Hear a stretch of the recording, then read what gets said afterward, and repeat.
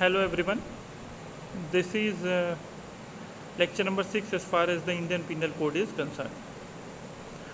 In the previous lecture, we dealt with the section 304A, 304B, 305, 306 and 307. पिछले lecture में हम लोगों ने 304A, 304B, 305, 306 और 307 इन महत्वपूर्ण धाराओं को देखने का काम किया था। आज के लेक्चर में will deal with a new topic that is of the offense of the causing of miscarriage, as you can see on your screen, of the causing of miscarriage, of injuries to unborn children, of the exposure of infants and of the concealment of birth. तो आज के lecture में हम लोग देखेंगे ऐसी धाराएं जो कि गर्भपात कारित करने, अजात शिशुओं को क्षतिकारित करने, शिशुओं को आरक्षित छोड़ने और जन्म छिपाने के विषय से संबंधित हैं। और ये सेक्शन कौन से हैं? 312 से लेकर 318 तक, 312 से लेकर 318 तक, जिसमें स्पेसिफिकली अगर मिसकैरेज की बात करें तो 312 से 316 हम लोग डील करेंगे। तो सबसे पहली बात जो आती है दिमाग में, जो आपके भी आनी चाहिए, दैट इज़ मिसकैरेज क्या होता है, what do you mean by miscarriage. तो ये बात आप ध्यान रखिए कि मिसकैरेज को इंडियन पीनल कोड में डिफाइन नहीं किया गया है। The term miscarriage has not been defined anywhere in the Indian Penal Code. भले ही उसको एक सेपरेट ऑफेंस की तरह डील किया जाता है, it is treated as an offence, लेकिन इसको इंडियन पीनल कोड में डिफाइन नहीं किया गया है। Miscarriage is somewhat synonymous to the word abortion. आमतौर पर कई बार जनरली हम लोग अबॉर्शन और मिसकैरेज को सिनोनिम के रूप में देखते हैं। हालांकि जैसा मैंने कहा कि इसको डिफाइन नहीं किया गया है, लेकिन जनरली इस सेंस में देखा जाता है। वैसे अगर मेडिकल बात करें, अगर medically miscarriage is somewhat different to abortion. In case of abortion, the term abortion is used only when the premature ovum is expelled within first 3 months of pregnancy। लेकिन मेडिकली मिसकैरेज तब कहा जाता है जब किसी फोइटस को expel किया जाता है, 4 से 7 महीने के बीच का जब वो रहता है, तब उसको अगर एक्सपेल किया जाए, प्रीमेच्योर टर्मिनेशन ऑफ प्रेगनेंसी हो जाए, तो वहाँ पर यूज़ किया जाता है। तो मिसकैरेज को हम लोग देखेंगे कि मिसकैरेज, जैसा हम लोगों ने एक जनरल वे में मिसकैरेज को समझने की कोशिश की, it is an expulsion of the premature foetus before the pregnancy completes it's term. तो प्रेगनेंसी के कंप्लीट होने से पहले उसका अगर इमेच्योर टर्मिनेशन हो जाता है और फोइटस को एक्सपेल किया जाता है, तो वो मिसकैरेज कहलाएगा। ठीक है।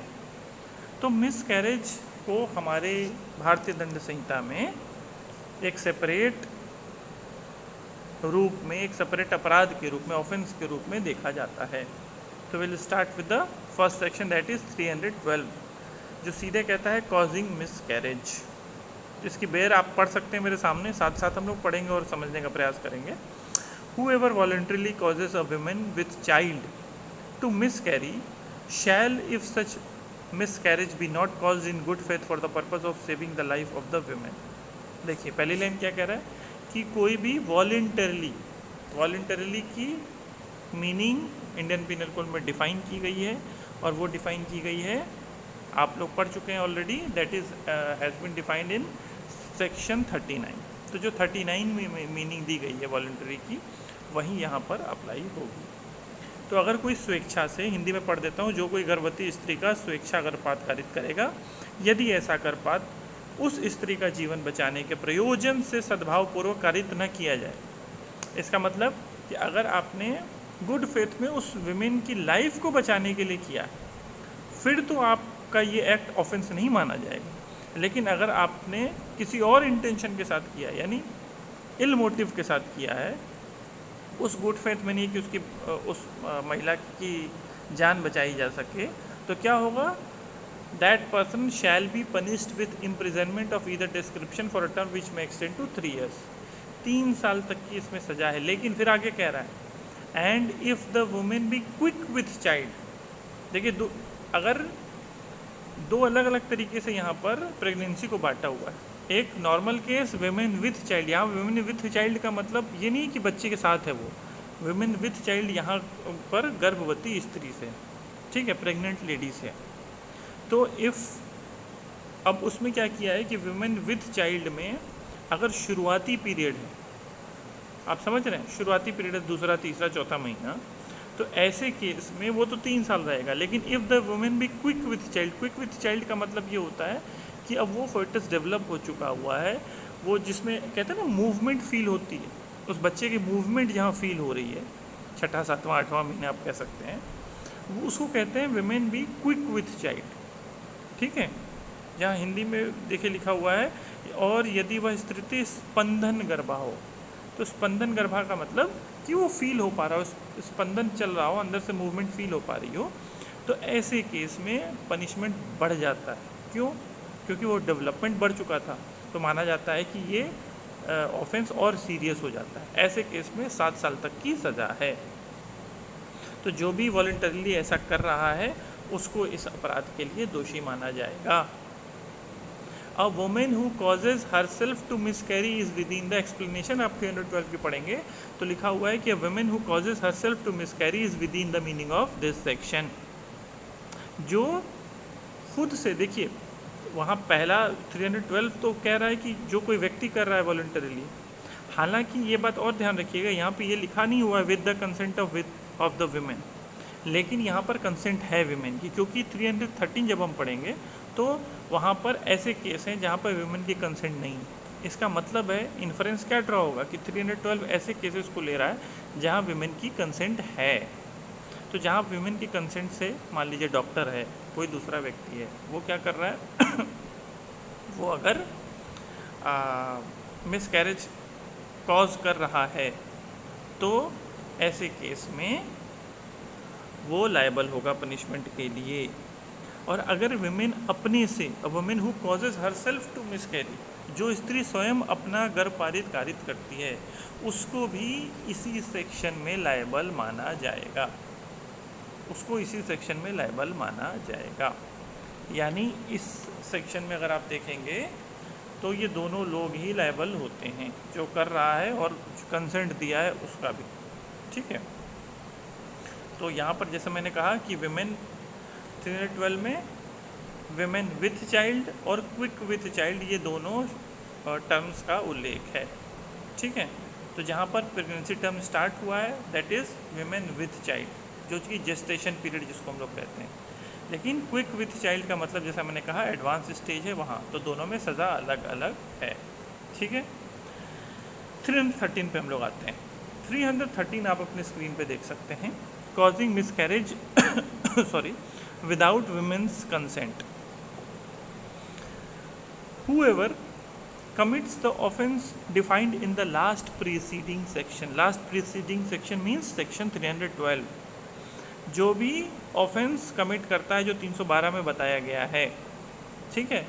फिर क्या लिखा हुआ है, whether the woman is quick with child और नॉट, मतलब यहाँ पर वो डिफ्रेंसिएशन नहीं, यहाँ पर क्विक विथ चाइल्ड हो या वुमेन विथ चाइल्ड हो, दोनों ही केस में अगर विमेन की कंसेंट के बिना है, 312 में कंसेंट है, 313 में कंसेंट नहीं है, तो ये और बड़ा ऑफेंस हो जाएगा। आप समझ सकते हैं लॉजिकली भी, आपने किसी की मर्जी के बिना, वो बेचारी चेकअप करवाने आई, डॉक्टर साहब इंजेक्शन दे दिए उसको, और उससे उसको कोई घाव बन गया या जिससे उसको प्रॉब्लम हो गई और बाद में मिसकैरेज वो हो जाता है, तो अल्टीमेटली आप उसकी कंसेंट के बिना कर रहे हैं, तो वो 313 में आ जाएगा, ठीक है। और भले ही वो जेस्टेशन पीरियड हो, क्विक विथ चाइल्ड हो जाए या वुमेन विथ चाइल्ड हो, दोनों ही केस में पनिशमेंट क्या होगा, not shall not be punish imprisonment for life, sorry, और with imprisonment of either description for a term which may extend to 10 years। तो यहाँ पर सज़ा आप देख रहे हैं बढ़ जा रही है, यहाँ आजीवन कारावास या जिस ऐसी सज़ा जिसकी अवधि 10 वर्ष तक की हो सकेगी। तो यहाँ पर पनिशमेंट बढ़ जा रही है। ठीक है, तो 312 क्लियर हो चुका है। मिसकैरेज की मीनिंग आप जान चुके हैं जनरल टर्म्स में, जनरल वर्ड्स में। और उसके बाद आपने 312 में कंसेंट देखा, 313 में कंसेंट नहीं देखा। ठीक है, अब हम आगे बढ़ेंगे 314 की तरफ।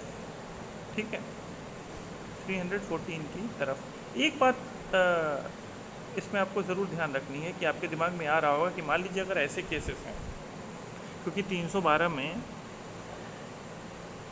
अगर मान लीजिए कि कोई फिज़िकल ट्रॉमा हुआ है विमेन के साथ, ठीक है, या कोई मेंटल ट्रॉमा है, उस प्रेगनेंसी की वजह से उसको ये समस्या हो रही है और वो उससे निजात पाना चाहती है, तो क्या कोई रास्ता है? क्योंकि जो मिसकैरेज के सेक्शंस हैं आप देखेंगे उसमें ये स्पेसिफिकली नहीं दिया हुआ है, तो इसमें इसका कोई एक्सेप्शन हो सकता है कि नहीं? एक तो 312 में आपने देखा कि गुड फेथ का क्लॉज है कि जहाँ पर गुड फेथ में किया गया है जान बचाने के लिए, लेकिन इसके अलावा भी कुछ एक्सेप्शन हैं।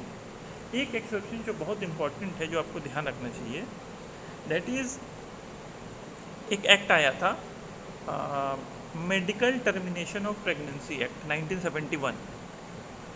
ये एक्ट जो है ये प्रोवाइड करता है कि मान लीजिए रेप का केस है, रेप हो गया उस महिला के साथ और उसके बाद वो प्रेग्नेंट हो जाती है, तो ऐसे केस में उसके लिए अगर बच्चा होता है तो एक तरह का इमोशनल ट्रॉमा होगा, साइकोलॉजिकल ट्रॉमा होगा। तो अगर मान लीजिए ऐसा केस और वो करना चाहती है तो 312 तो परमिट नहीं कर रहा है, तो फिर क्या होगा?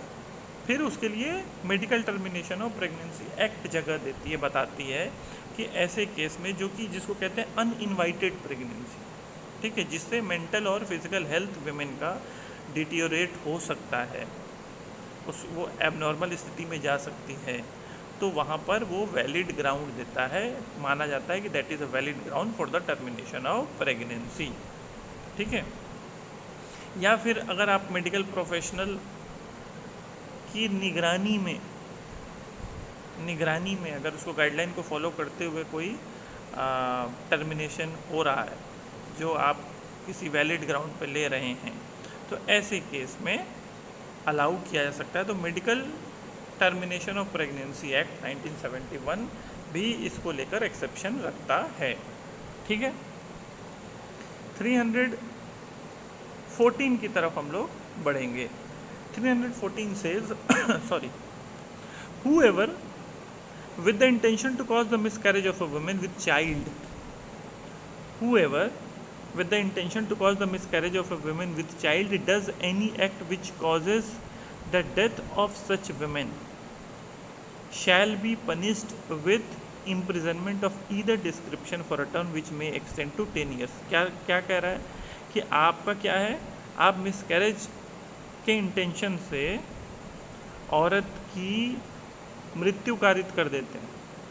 ठीक है, आपका इंटेंशन उसको मारने का नहीं है, आपका इंटेंशन क्या था? आपका इंटेंशन था मिसकैरेज कॉज करने का। तो मिसकैरेज कॉज करने के इंटेंशन से आप कोई एक्ट करते हैं जिसकी वजह से उस महिला की मृत्यु हो जाती है, तो भी ये पनिशेबल है 314 में, और इसमें आपको 10 साल तक की सज़ा हो सकती है। ऐसे केस में जहाँ पे विमेन का कंसेंट था, मान लीजिए 312 में जैसे कंसेंट है, उसके तहत विमेन ने कंसेंट दिया कि हम मिसकैरेज कॉज कर दो, और उस क्रम में उस महिला की मौत हो जाती है, तो 314 में आप पनिशेबल होंगे 10 साल के लिए। लेकिन अगर that act is done without the women's consent, ऐसे केस में आपको आजीवन कारावास, इम्प्रिजनमेंट फॉर लाइफ भी हो सकती है। और साथ ही साथ ये एक्सप्लेनेशन क्लियर करता है कि it is not essential to this offence that the offender should know that the act is likely to cause death. यहाँ पे अगर आपको ये नहीं भी पता है कि your act is likely to cause death, even then you will be liable under this section। ठीक है, आगे बढ़ते हैं, 315 देखते हैं। 315 says act done with the intention to prevent child being born alive or to cause it to die after birth. Whoever before the birth of any child does any act with the intention of thereby preventing that child from being born alive. अगर आप कोई ऐसा act करते हैं जिससे क्या हो रहा है, इस इंटेंशन के साथ करते हैं कि जो बच्चा पैदा हो वो अलाइव ना हो, वो मृत पैदा हो, या causing it to die after इस बर्थ होने के मान लीजिए कि 10 मिनट बाद वो ख़त्म हो गया, आपने कोई ऐसी इंजेक्शन लगा दी, ठीक है। अगर ऐसा करते हैं, ठीक है, and does by such act prevent that child from being born alive और cause it to die after its birth, या तो उसको मृत पैदा होता है वो आपके एक्ट की वजह से, या पैदा होते साथ वो मर जाता है, ठीक है। ऐसे केस में क्या होगा, if such act be not caused in good faith for the purpose of saving the life of the mother, अगर आपने गुड फेथ में किया है लाइफ बचाने के लिए उस मदर की, फिर तो पनिशेबल नहीं होगी। लेकिन जहाँ आपने गुड फेथ में नहीं किया है वहाँ पर आपको 10 साल तक की सज़ा हो जाएगी, 10 ईयर्स तक की पनिशमेंट हो सकती है 315 में। वैसे 314-15 एग्ज़ाम पॉइंट ऑफ व्यू से मैं आपको बताऊँ तो बहुत इंपॉर्टेंट नहीं है, but if you are reading the chapter तो आप इसको ऑब्जेक्टिव क्वेश्चन में ये क्वेश्चंस पूछे जा सकते हैं, ठीक है। But more important sections are 312 and 313, ठीक है, इसका आपको ध्यान रखना है। व्हाट डज 316 से, 316 कहता है causing death of quick unborn child by act amounting to culpable homicide, whoever does any act under such circumstances that if he thereby caused death he would be guilty of culpable homicide, ठीक है। आप क्या कर रहे हैं, whoever does any act under such circumstances, आप act कर रहे हैं ऐसी परिस्थिति में कर रहे हैं जो कि क्या हो सकता है, if he thereby caused death he would be guilty of culpable homicide, अगर डेथ कॉज हो जाती है तो वो आदमी कल्पेबल होमिसाइड के लिए लायबल होगा, और वो एक्ट ऐसा करता है। And does by such act cause the death of a quick unborn child, quick unborn child, ठीक है, shall be punished with imprisonment of either description for a term which may extend to 10 years and shall also be liable to fine, ठीक है। Unborn साफ तौर पे लिखा है, quick है लेकिन अनबॉर्न है, आपने ऐसा कोई एक्ट किया, ऐसे सर्कमस्टांसेस में एक्ट किया जिससे आप नॉर्मल केसेस में क्या होते, कल्पेबल होमिसाइड के लिए गिल्टी होते, और आपने ऐसे एक्ट करके क्या किया, उस क्विक अनबॉर्न चाइल्ड की डेथ कॉज कर दी, ठीक है। तो ऐसे केस में आपको 10 साल तक की सज़ा होगी। अगर वो बच्चा पैदा होने के बाद आपने मारा होता, ध्यान रखिएगा, तो फिर आप कल्पेबल होमिसाइड के लिए ही लायबल होते। समझ पा रहे हैं आप, यहाँ पर क्या हुआ है, क्विक अनबॉर्न चाइल्ड को आपने किया है। आप देख लीजिए इलस्ट्रेशन में तो आपको ज़्यादा क्लियर होगा। A knowing that he is likely to cause the death of a pregnant woman does an act, ठीक, which if he cause the death of the woman would amount to culpable homicide, the woman is injured but does not die. अब ध्यान रखिए,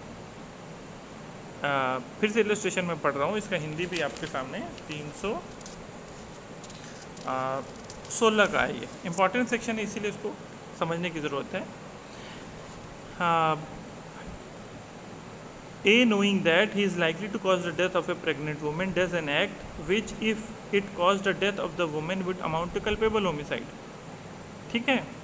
आप क्या कर रहे हैं, आप ये सोच के एक्ट कर रहे हैं कि डेथ किसकी कॉज हो, उस प्रेग्नेंट वुमेन की कॉज हो, और हो क्या रहा है कि the woman is injured but does not die, but the death of an unborn quick child with she is pregnant is thereby caused, A is guilty of the offence defined in this section. इसका क्या हो सकता है, आप देखिए कुछ चीज़ें example समझ में आती है। मान लीजिए कि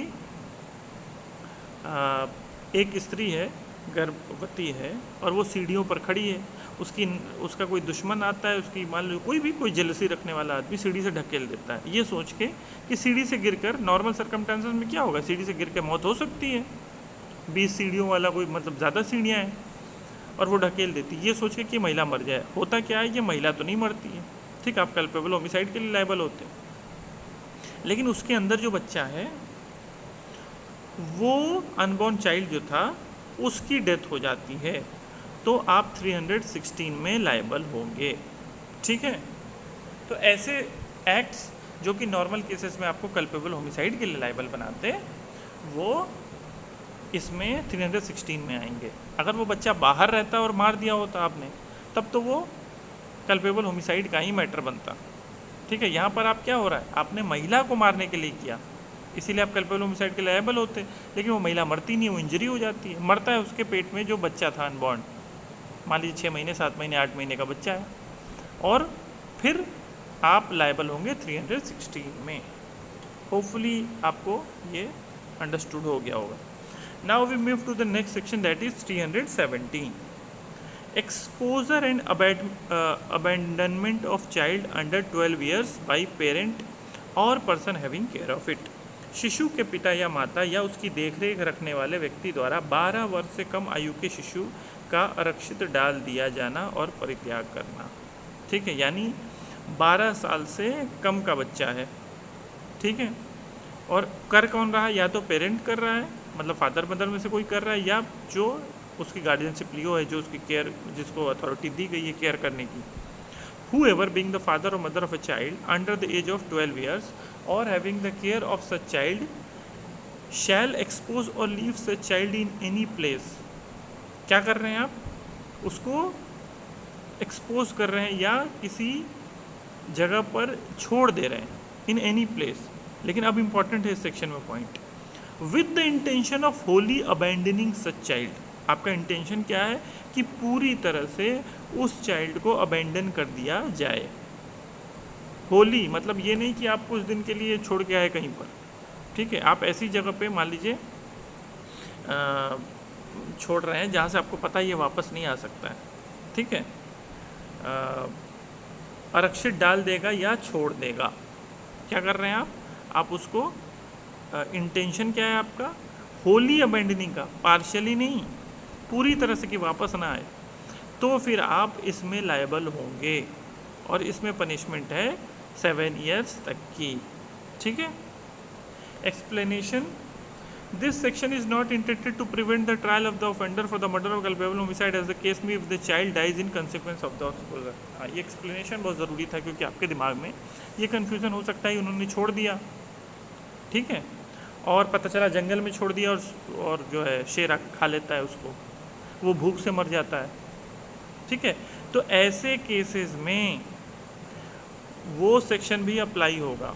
मतलब इस सेक्शन की वजह से कोई ये नहीं कहेगा कि नहीं नहीं मैंने तो इस इंटेंशन के साथ नहीं छोड़ा था कि उसकी मौत हो जाए, लेकिन आपको पता तो था, आपको नॉलेज तो थी कि आप उतने छोटे 5 साल के बच्चे को अगर जंगल में छोड़ दे रहे हैं, कोई ऐसी क्षेत्र में छोड़ दे रहे हैं जहाँ से आपको लग रहा है वो वापस आ नहीं सकता, क्योंकि you have the intention to completely abandon the child, तो कहीं ना कहीं नॉलेज तो थी। तो इस सेक्शन की वजह से आप ये नहीं कहेंगे कि मुझे इसमें लायबल ठहराया जाए। अगर उस व्यक्ति की बच्चे की मौत हो जाती है तो आपके ऊपर कल्पेबल होमिसाइड का मामला चल सकता है, ठीक है, अगर बच्चे की मौत हो जाती है तो। Now we move to the last section, that is concealment of birth by secret disposal of dead body. ये सेक्शन ऊपर नहीं हो पा रहा है लेकिन मैं रीड आउट कर दे रहा हूँ कि whoever by secretly burying or otherwise disposing of the dead body of a child, आप क्या कर रहे हैं, किसी डेड बॉडी, चाइल्ड की डेड बॉडी को सीक्रेटली आप छुपा कर उसको दफनाना चाह रहे हैं, सीक्रेटली बरिंग और अदरवाइज डिस्पोज करना चाह रहे हैं, किसी को पता न चले। वेदर सच चाइल्ड डाई बिफोर और आफ्टर और ड्यूरिंग इट्स बर्थ, वो भले ही पहले मर गया हो, उसका मिसकैरेज हो गया हो, या बर्थ के समय वो उसकी डेथ हो गई हो, या बाद में वो पैदा हुआ उसके बाद उसको मार दिया गया हो, भले ही, ठीक है। ऐसे बच्चों को आप क्या कर रहे हैं, आप उसको सीक्रेटली डिस्पोज करना चाह रहे हैं। तो ऐसे केस में क्या होगा, इंटेंशनली कंसील्स और endeavours to conceals the birth of child, आप इंटेंशनली उसके जन्म को छुपाना चाह रहे हैं, कंसील करना चाह रहे हैं कि किसी को पता न चले कि ये पैदा भी हुआ था, ठीक है, वो भले ही मरा कैसे भी हो, वो पेट में मरा हो, जब डिलीवरी हो रही हो तब मरा हो, या बाद में मार दिया गया हो, ऐसे बच्चे को अगर आप उसकी कंसीलमेंट कर रहे हैं, छुपा रहे हैं इस इंटेंशन के साथ कि उसके बर्थ के बारे में किसी को ना पता चले, तो ऐसे केस में आप 2 साल तक के लिए लायबल होंगे। ठीक है, जहाँ मौत हुई उसके लिए तो लायबल होंगे, मान लीजिए पेट के अंदर हो गया तो वो 312 में आप लायबल होंगे, लेकिन ये सेक्शन लगेगा कब लगेगा, जब ऐसे बच्चे को आप जो मर चुका है उसको क्या कर रहे हैं, आप छुपाना चाह रहे हैं उसकी कंसीलमेंट उसके बर्थ की, तो ऐसे केस में आप लायबल होंगे 318 में। होपफुली एक संक्षिप्त रूप से ब्रीफ वे में मैंने 312 से 318 डिस्कस करने का प्रयास किया। अगले लेक्चर में जैसा मैंने कहा 312, 313 are the most important, 315, 16 is also important, 316 is important. तो ये 3-4 सेक्शन पे ज़्यादा ध्यान रखिएगा। In the next lecture we will start a new topic that is hurt and grievous hurt. Thank you all of you.